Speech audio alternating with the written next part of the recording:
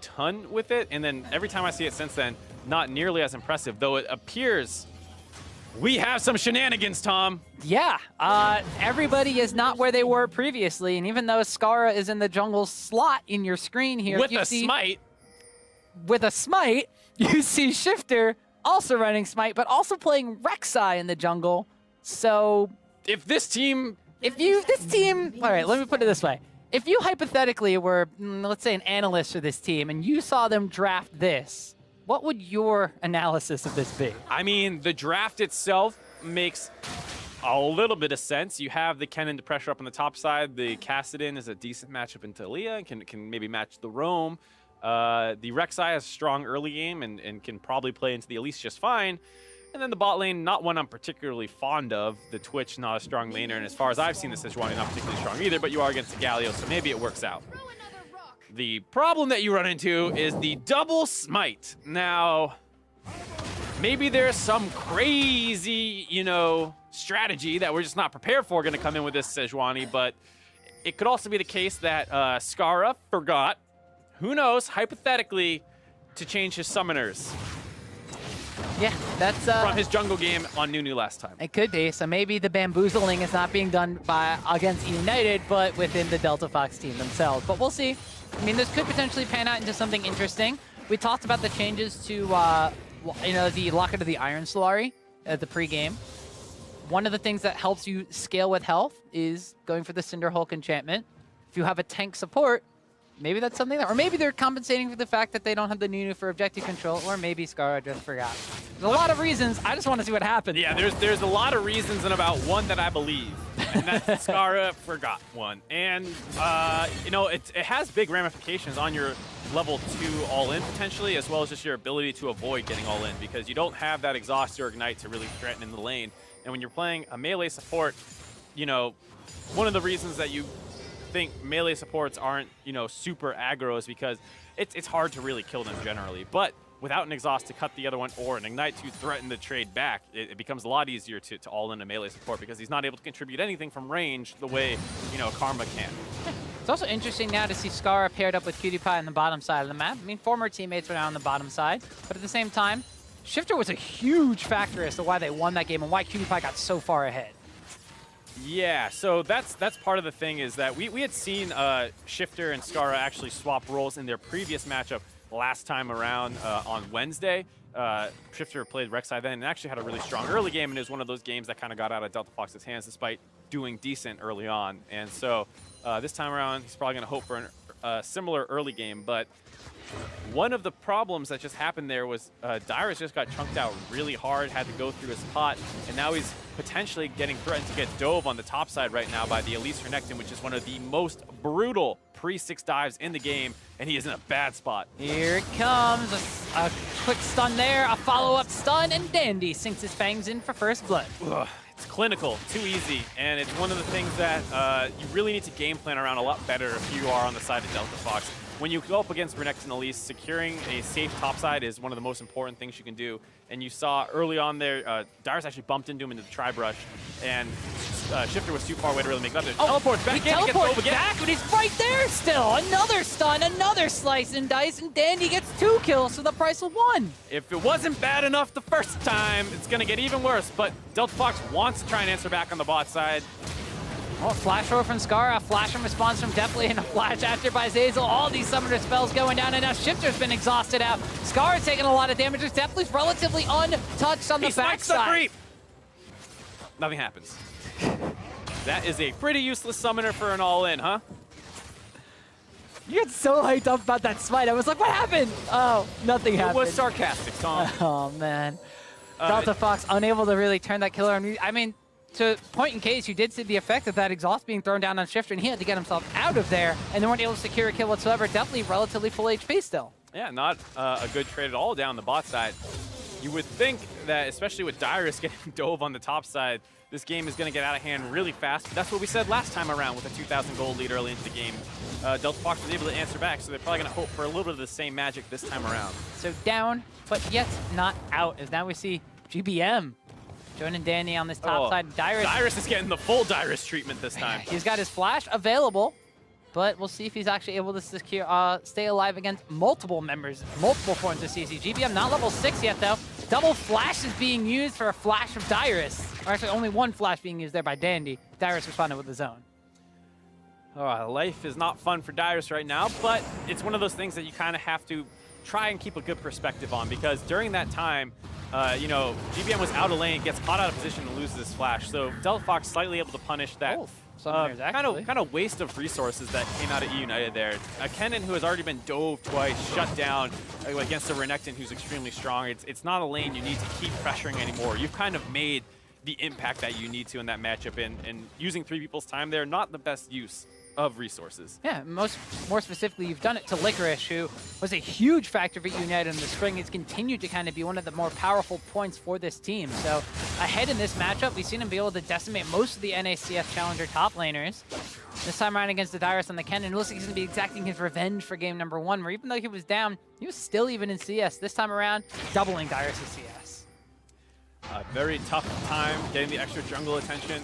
Boy now 6 though against level 5 GBM. Zeyzal has a good roam here to kind of help get his mid laner, have that wave get in. And this is what we're talking about, maybe not being the best use of resource. But that said, Licorice is very strong on the top side. Dandy coming up again, but Void teleporting in to help. Yeah, but there's a stun on the Cocoon away from the tower, so Voidboy's going to finish his teleport, but they're already backed away from tower aggro. Another kill going over, this time on the Licorice. And the worst part of this is that it buys time for GBM to push in the mid lane as well, getting 6 for himself, but it looks like Shifter and Scar want a piece of him. Yeah, he has no summoners available, but Zeyzal's there. Justice Punch knocks up Shifter. He's going to wind up getting taunted as well, and one hammer fall down. Zeyzal picks up a kill, and now Voidboy under tower gets dove again. This is rinse and repeat. Top lane is just a death trap for Delta Fox. Yeah, they keep sending people up there, and Elise and Renekton keep knocking them down. And in the mid lane at the same time, there was no flash on the side of Shifter, so even though Scar got the stun, there was no chain CC follow-up, and it bought enough time for Zeyzal to get in there and bring in some of that, you know, crowd control that is available to that support Galio pick, able to stop that one and allow GBM to turn it back around. So a quick 5 kills on the side of eUnited, just 7.5 minutes in the game, and already a 3,000 gold advantage. Dandy going to be able to counter jungle the red buff. Finally gets that last auto attack on. I thought the Spiderling would finish it off, but not quite enough damage. So Dandy, now level 6 on this Elise pickup, has a Dark Seal for himself as well. So feeling pretty confident after all those events that happened in the top lane. Already has 2 stacks on that one from his first bag. Yep, that's a pretty aggressive Elise build. We talked about how the lack of respect that came in last game might have hurt them. This time around, eUnited with a better comp, but based off the early game, they might, you know, kind of take their foot off the gas a little bit, maybe not have the same killer mentality that you really need, and maybe that allows Delta Fox to get back in the game, but it's going to be an even harder climb this time around. Now we'll see if Delta Fox is going to be able to come back and stabilize themselves. They did it last game by matching the rotation after a tower fell, but this time around it's eUnited kind of prolonging the lane phase a little bit. They got multiple dives off on the top side. They got multiple kills picked up for themselves, but they're not hard pressuring to push for a first tower like they did in game number 1, where they gave definitely over that gold advantage. Actually, on the bottom side of the map, they're the ones that are being pressured in, mainly because Zeyzal and Scar as well have been zooming around the map and roaming around on these double melee support pickups, trying to make things happen elsewhere for their teams. Been a lot more effective on the side of Zeyzal, able to help out in that mid lane play. I'm a cutie pie roaming up here to get onto GBM. There's no idea he's there. Might be able to find a kill. Ooh, winds up throwing out the W, and he's going to wind up getting slowed down and taken down as Voidboy gets himself a much-needed kill in the mid lane. A nice collapse on the side of Delta Fox. Twitch roams up from the bot lane, because you said they had that priority down there, meets up in the mid lane while GBM still doesn't have summoners available, and the extremely mobile Castellan is able to join in on that gank attempt. But things are still rough for Dyrus up on the top side here, chunked down to about 200 health. He's got to back out of here in the next minute or so, because Zeyzal, as soon as his cooldowns come back up, he's going to be slicing and dicing for his 3rd kill of the game. And Dyrus backing away a long way away from this tower, as Licorice is going to be content to just get some extra tower damage on this one and then proxy away a wave as well, because he does not want to quite take that one down yet, and he has no minions to back him up. Now on the bottom side here, Delta Fox trying to make something happen, but Zeyzal scouting around in his bottom side jungle sees the fact that Shifter and Skara syncing up as the jungle support synergy, both their roles and in their champions. That was a teleport. He doesn't have flash. Licorice pops the Dominus, and then it's going to be diving down on a Dyrus yet again. The slicing Maelstrom does nothing, and Dandy is on a killing spree. Darius' fourth death of the game. Not much he can do from this position, and a really tough spot to be put in. You basically see no assistance come up to the top side other than that one teleport that came in from Voyboy that was just too slow to finish channeling given how fast the Elise and Renekton are able to remove it from the map. So Darius in a very tough spot. Definitely could use some more help early on.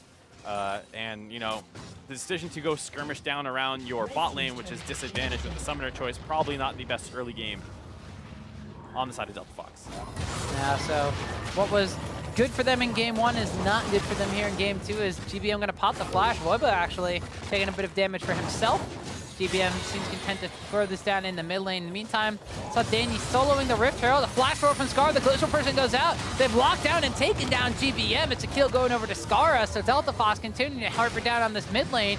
Now the taunt lands on the Shifter. The exhaust to follow up. Dandy flashes, misses the cocoon. He's got a lot of damage on this 6 now stacked Darksteel Elise. Yeah, going the early pen boots as well. Has not bought a single jungle item after his initial one. He has gone full damage, as aggressive as you can get, wanting to keep punishing this top side and all these skirmishes that he knows are going to break out.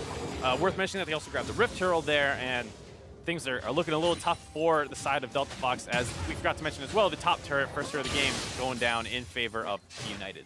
Goes over to Licorice as well, so even getting further press on this Renekton versus Kennen advantage. 7 kills to 2, 4,000 gold at less than 12 minutes. Delta Fox is going to need another one of those rotation miracle fights to get somebody on this team fed. They're harpering down on GBM in the mid lane, which is good, but they haven't necessarily gotten the same kind of anti-snowball effect on one person. It's a pretty unlucky game, so to speak, where you saw what this team comp can do well. They can roam the Twitch up. The Rek'Sai has a lot of aggressive angles it can take on the immobile Taliyah, and so if you hold out till 6, you have a lot of playmaking there. You should have a strong top half of the map, but because that got swayed so hard by the early Elise pressure, because your bot side is missing a summoner where it should really have an exhaust or ignite, you basically lost out on 2 pressure points that you should have. Even the bot lane, though not a pressure point, is at least not so weak. And as a result, they are just so much further behind than you would normally expect based off their draft. Now we see eUnited transitioning all of this map pressure into an Infernal Drake for themselves. That's going to wind up being the first one of the game being taken down, and a very, very powerful one at that. That is going to be great for their comp, given the amount of damage this thing builds. And they are already pressuring around the mid lane. Great game so far out of eUnited, off the back of some very, very aggressive Dandy pathing as the... Oh, it didn't take the damage. No, well, Rift Herald charged at the tower. The tower's already dead. Yeah, it just kind of stumbled before it got there. There we go. So they're actually looking for a second tower here as they locked up on the Scar, and very impressive performance here in game number 2 from eUnited. A swipe out from the Rift Herald gets more damage onto the tower as a second one falls with this Rift Herald acquisition. This is the eUnited we expected to see in game number 1. Yeah, and it kind of demonstrates one of the changes that we're seeing compared to the eUnited of the spring split of the North American Challenger Series, where they almost exclusively played around their mid lane in the early game with Gilius and Fox synergy. This time, Dandy really snowballing Licorice as Darius goes for the execute at the top. He knows he was dead at that point. I guess he figures he can't get away. A flash away from McCutie dodged out on the arrow, but he gets knocked back in by the seismic shove. Zazel is in the area just to support his Voyboy. Teleports into that fight, tries to get something done. The hero's entrance is there. A teleport back from Licorice. He wants to join the fray, get a kill for himself. Winds up giving it over to Deathly. An assist picked up. Delta Fox now just beating away kills, 9-2 in favor of eUnited. Yeah, things not looking good on the side of Delta Fox. A 7,000 gold lead just about. And their comp is going to have a hard time. Scar going in on the Dandy. That's a 402 full damage Elise. Does repel up, must wind up coming down. Shifter on the backside has the support for Scara. The bottom side on the map going in favor of eUnited as well. 4 towers now taken down for them. Shifter didn't get the memo to back away, continue to chase out on the Dandy. He's got Zazel right there. The ultimate gets just juked out there, and Dandy winds up picking up another kill.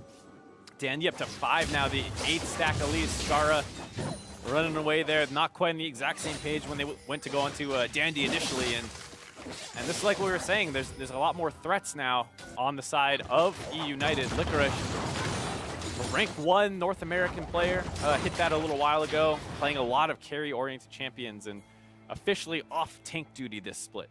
Yeah, looks like it. His Renekton pickup has been solid. Oh, he was pretty solid on it in the spring. We've seen Rumble performances from him. We saw a Fiora game from him that was extremely well.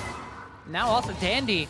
Saw him on his kind of signature Lee Sin pickup, although he has a skin on Rengar. Lee Sin has kind of been one of his more potent pickups for a large majority of his League of Legends career. Now on the Elise here, 5-0-2. Definitely strutting his stuff. And you see Licorice forcing the flash off from Dyrus just with a slice and dice. Shifter kind of comes in just to support on the backside. Now Dandy actually going to get locked up, stunned up, and taken down. A much-needed shutdown gold spree goes over to Voyboy on this Kassadin. eUnited looking to start a fight in the mid lane here. Gets arrowed up. Zazel is here, but so is Skara. So the rest of eUnited decides to back away from that. It's not just a big gold shutdown. Ooh. Hold on for a second. Flash, slice, dice, death. Licorice picked up a kill onto Dyrus, as now this has evolved into full solo queue style as Delta Fox try to collapse down onto Zazel. GBM throws out the Weaver's Wall, cuts off the escape, but he just runs into the rest of Delta Fox here. Now Shifter's gonna get the bite and a kill given over. This is Delta Fox picking up some decent kills on the bottom side, but losing objectives on the top side. It's starting to kind of get pulled back down into Delta Fox's territory where they're most comfortable, getting very, very scrappy.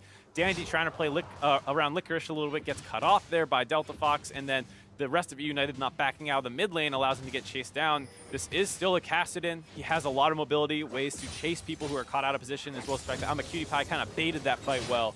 And very questionable Talia ult on the side of GBM as well.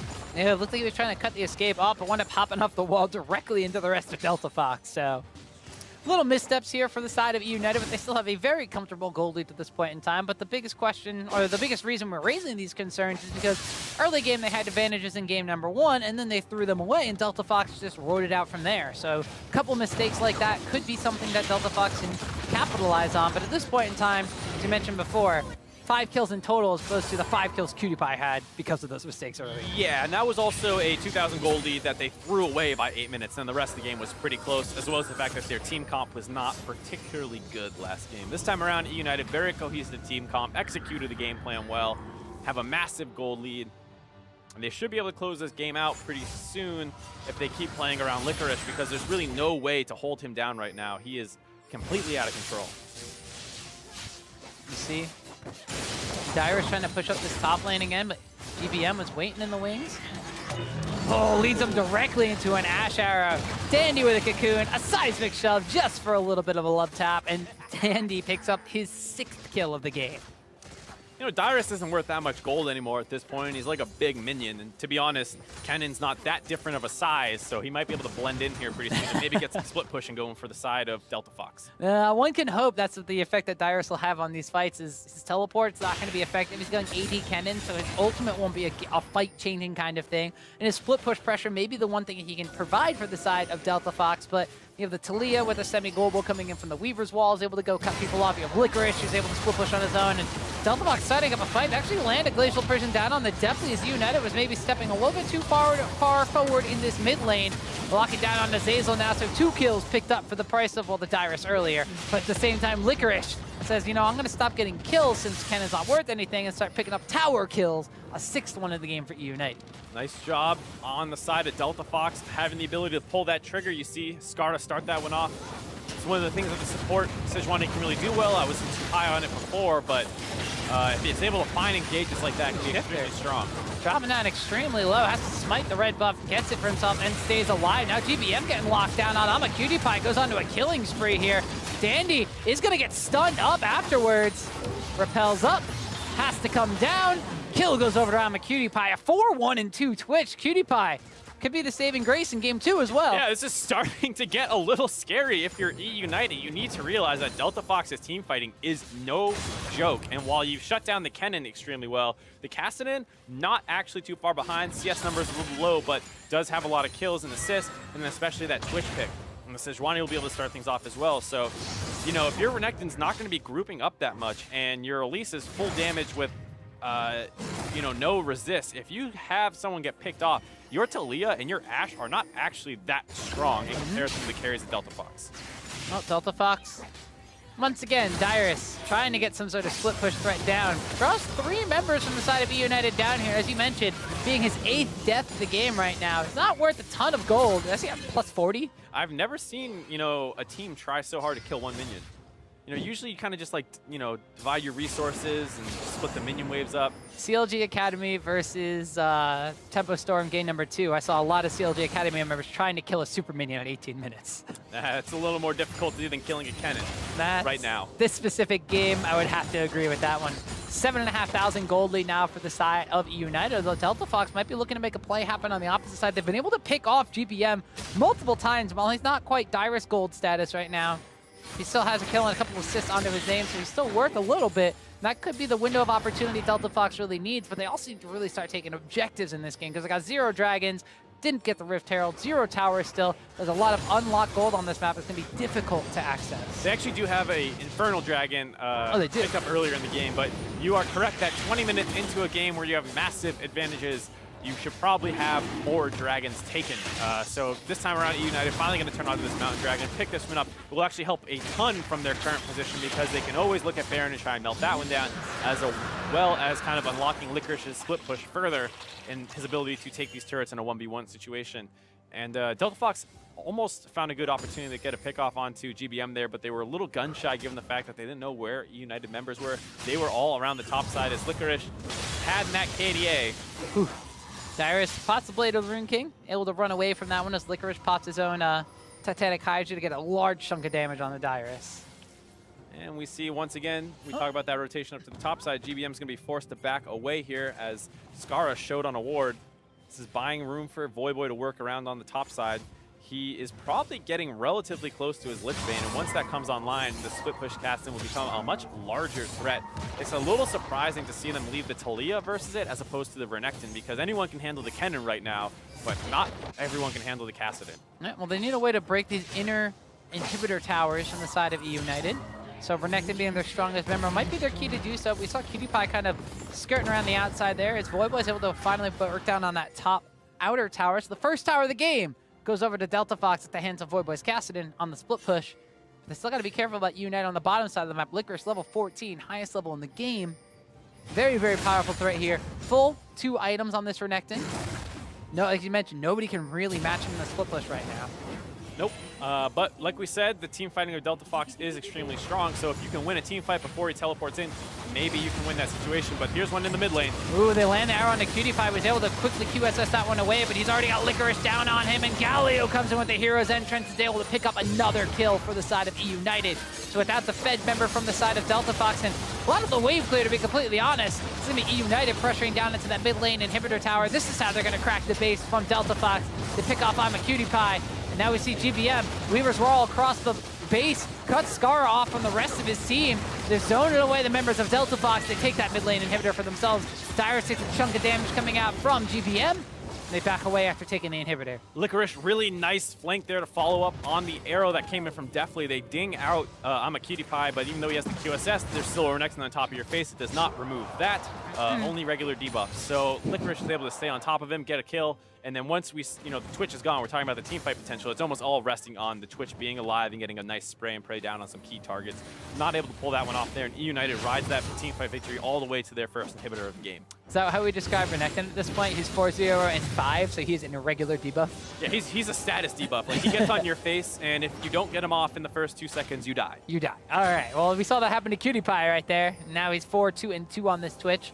As you mentioned already, very high priority target for the side of eUnited to try to get down as he's one of the members of Delta Fox is keeping him in this one. We see Shifter tagging with the damage, using the ultimate to try to jump in, but he gets chunked out immediately. Now Licorice teleports into the fray. He's trying to pick up a kill on the Skara. Danny's able to pick up a kill on Shifter as he was trying to run away after engaging right there.